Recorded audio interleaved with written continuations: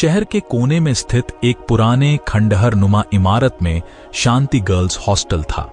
यह हॉस्टल अपने अजीबो-गरीब घटनाओं और खौफनाक कहानियों के लिए मशहूर था। दिन के उजाले में यह हॉस्टल सामान्य सा दिखता था, लेकिन रात होते ही यहाँ की हर चीज बदल जाती थी। हॉस्टल के चारों ओर फैली घनी झाड़ियां और उन झाड़ियों के बीच में स्थित पुरानी कब्रें इस जगह को और भी डरावना बना देती थीं। पिछले कुछ महीनों से इस हॉस्टल में कुछ अजीब घटनाएं घट रही थीं। लड़कियों ने कई बार रात को डरावनी आवाजें सुनी थीं और कुछ ने तो यह भी दावा किया था कि उन्होंने सफेद साड़ी पहने एक औरत को हॉस्टल के गलियारों में भटकते देखा है। हॉस्टल की वार्डन मिसेस शर्मा हमेशा इन कहानियों को कोरी कल्पना कहकर टाल देती थीं, लेकिन लड़कियों के बीच का डर कम नहीं हुआ था। रिया, एक नई छात्रा, ने इस हॉस्टल में दाखिला लिया था। उसे इस हॉस्टल की डरावनी कहानियों के बारे में पता नहीं था। जब वह पहली बार अपने कमरे में आई तो उसने देखा कि दीवारों पर अजीब सी लकीरें खींची हुई थीं और खिड़की के शीशे पर किसी ने नाखून से खरोंचें बनाई हुई थीं। उसने सोचा कि यह सब पुरानी इमारत का ही हिस्सा होगा और ज्यादा ध्यान नहीं दिया। रिया का कमरा हॉस्टल के सबसे पुराने हिस्से में था। रात के समय जब रिया बिस्तर पर लेटी थी, उसे अचानक खिड़की के बाहर किसी के चलने की आवाज सुनाई दी। उसने खिड़की से बाहर झांका तो देखा कि कोई भी नहीं था। उसे लगा कि शायद यह उसका वहम था और वह सोने की कोशिश करने लगी। अगले दिन रिया ने अपनी सहेलियों से इस बारे में बात की। उन्होंने उसे बताया कि इस हॉस्टल में कुछ न कुछ अजीब घटनाएं होती रहती हैं। किसी ने बताया कि यह हॉस्टल पहले एक अस्पताल था और यहां बहुत सारी अजीब मौतें हुई थीं। इस बात को सुनकर रिया का डर और बढ़ गया, लेकिन उसने खुद को शांत रखा और सोचने लगी कि शायद यह सब कहानियां ही होंगी। शाम को जब रिया और उसकी सहेलियां कमरे में बैठी हुई थीं, तो अचानक लाइट चली गई। अंधेरे में सबने अपने फोन की टॉर्च जलाकर देखा। तभी रिया की एक सहेली ने खिड़की के पास एक परछाई देखी। सभी लड़कियों ने डर के मारे चिल्लाना शुरू कर दिया। परछाई धीरे धीरे गायब हो गई और लाइट वापस आ गई।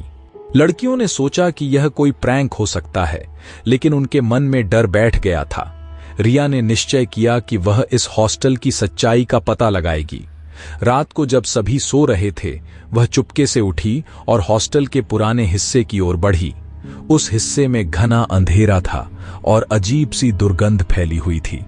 रिया ने अपने फोन की टॉर्च जलाकर चारों ओर देखा।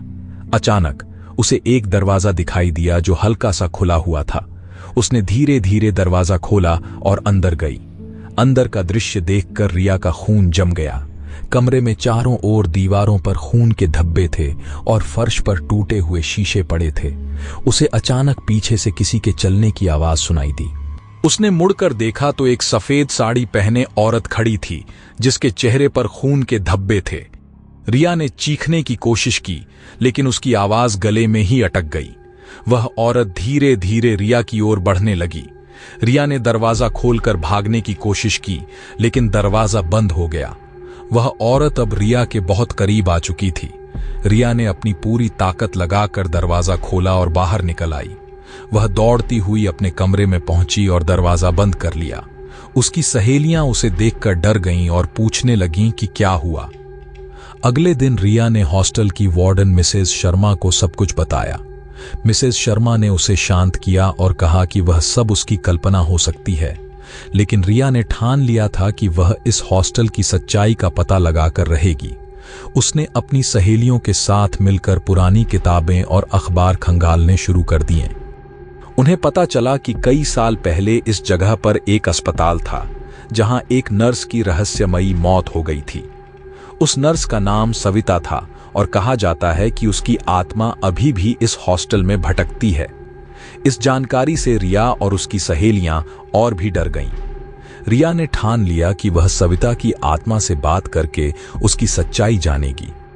वह अपनी सहेलियों के साथ मिलकर एक ओझा के पास गई और उससे इस बारे में बात की। ओझा ने उन्हें एक विशेष पूजा करने की सलाह दी और कहा कि इससे सविता की आत्मा को शांति मिल सकती है। रात को रिया और उसकी सहेलियों ने उस पूजा की तैयारी की। उन्होंने सारे हॉस्टल में कैंडल्स जलाईं और ओझा द्वारा बताए गए मंत्रों का जाप करने लगीं। अचानक कमरे में ठंडी हवा का झोंका आया और कैंडल्स बुझने लगीं। तभी रिया ने देखा कि सफेद साड़ी पहने सविता की आत्मा उनके सामने खड़ी है। उसका चेहरा विकृत था और उसकी आंखों में खून की लकीरें थीं। रिया ने हिम्मत जुटाकर सविता से पूछा, तुम्हें क्या चाहिए?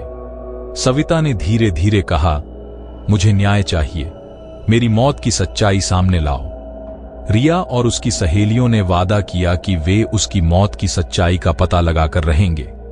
रिया और उसकी सहेलियां पुलिस स्टेशन गईं और वहां पुरानी फाइलें खंगालने लगीं। उन्हें पता चला कि सविता की मौत को आत्महत्या का नाम दिया गया था, लेकिन उसकी मौत के पीछे कुछ राज थे जो कभी सामने नहीं आए। उन्होंने और भी गहरी जांच की और पता चला कि सविता की मौत एक हत्या थी, जिसे आत्महत्या के रूप में दिखाया गया था।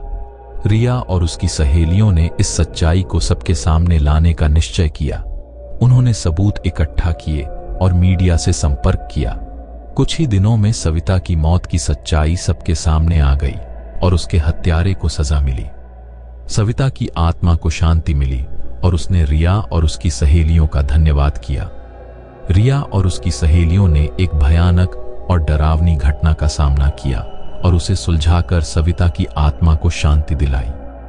हॉस्टल में अब कोई अजीब घटनाएं नहीं होती और वहां की लड़कियां अब बिना किसी डर के रह सकती थीं। रिया ने साबित कर दिया कि सच्चाई और हिम्मत से हर डर का सामना किया जा सकता है।